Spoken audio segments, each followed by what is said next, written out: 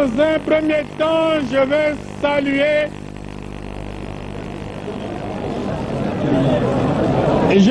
saluer la population de Brazzaville qui a réussi ce grand rassemblement sous l'égide de l'Alliance URD. Pendant de longues années, nous nous sommes battus pour la paix, pour l'unité nationale, et nous en avons donné les preuves. Cependant est vrai le fait que jamais je ne pourrai accepter que la Constitution soit violée.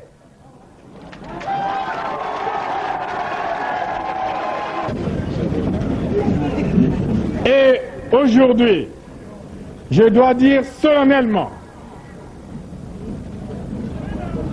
à nos amis de l'URD qui sont, et nous l'avons testé, des hommes de parole et d'honneur. Et nous avons dit,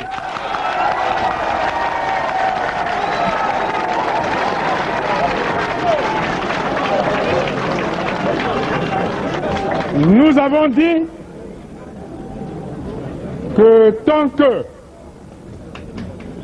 nos partenaires se maintiendront sur ces positions qui respectent les engagements pris, les intérêts des partis, les intérêts de notre peuple, la défense de la démocratie et des libertés, nous resterons fermes sur ces positions. Et j'ai dit tout à l'heure, d'entrée de jeu, que nous avons ainsi réalisé, et vous le voyez, le véritable socle de l'unité nationale et de la paix.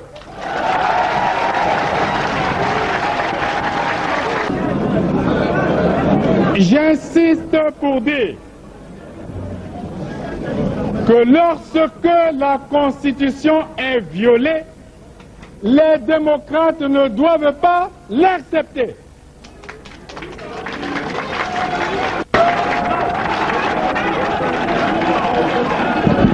Jamais, jamais, jamais nous n'accepterons qu'un gouvernement censuré organise les élections dans un pays.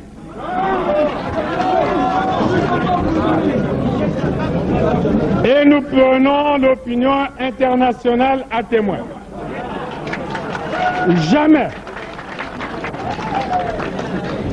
jamais nous n'accepterons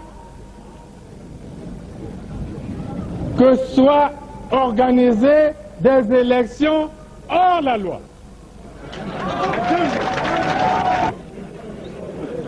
Là aussi, nous prenons l'opinion internationale à témoin. Je crois que tous les responsables de ce pays doivent penser aux intérêts du peuple, à la paix et à l'unité nationale. Partout ailleurs en Afrique où les dirigeants se sont permis de méprise sur ces questions, ces dirigeants ont plongé leur peuple dans les drames que nous connaissons.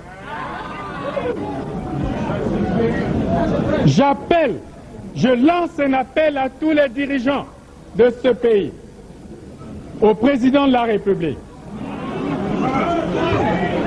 pour que la paix et l'unité nationale ne soient pas mises en danger.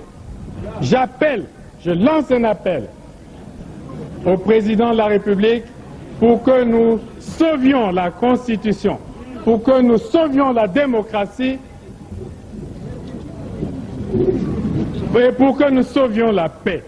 Et pour moi, c'est un principe cardinal, le respect de la parole donnée. Le président Lissouba est en fin de mandat. Les élections présidentielles qui devaient avoir lieu pour le premier tour le 27 juillet dernier n'ont pas eu lieu. Donc, nous allons vers la fin du mandat du président Lissouba sans élection. Et il est en fin de mandat. L'espèce de conseil constitutionnel qu'ils ont mis en place à la hâte pour les manipulations politiciennes que vous observez, déclaré que le président Lissouba pourrait rester au pouvoir jusqu'à la tenue d'élections présidentielles au Congo. Et puis un conseil constitutionnel qu'on a formé on sait comment s'est retrouvé un jour dans une chambre avec 18 députés et sénateurs sur les 200 que compte le Parlement pour se faire une investiture et puis ensuite pour recevoir les requêtes du pouvoir et perpétrer ce que j'appelle un coup d'État constitutionnel. L'avis du Conseil constitutionnel, c'est un coup d'État constitutionnel. Parce que vous pouvez lire toute la Constitution, les articles 69, 70 et 71 en question. On n'a pas besoin d'être un grand clerc pour conclure que nulle part la Constitution ne donne au Conseil constitutionnel le pouvoir de proroger le mandat du président de la République. Nulle part. À plus de 70 ans, on n'est plus éligible. À plus de 70 ans, on n'est plus éligible. La Constitution prévoit qu'à 70 ans, encore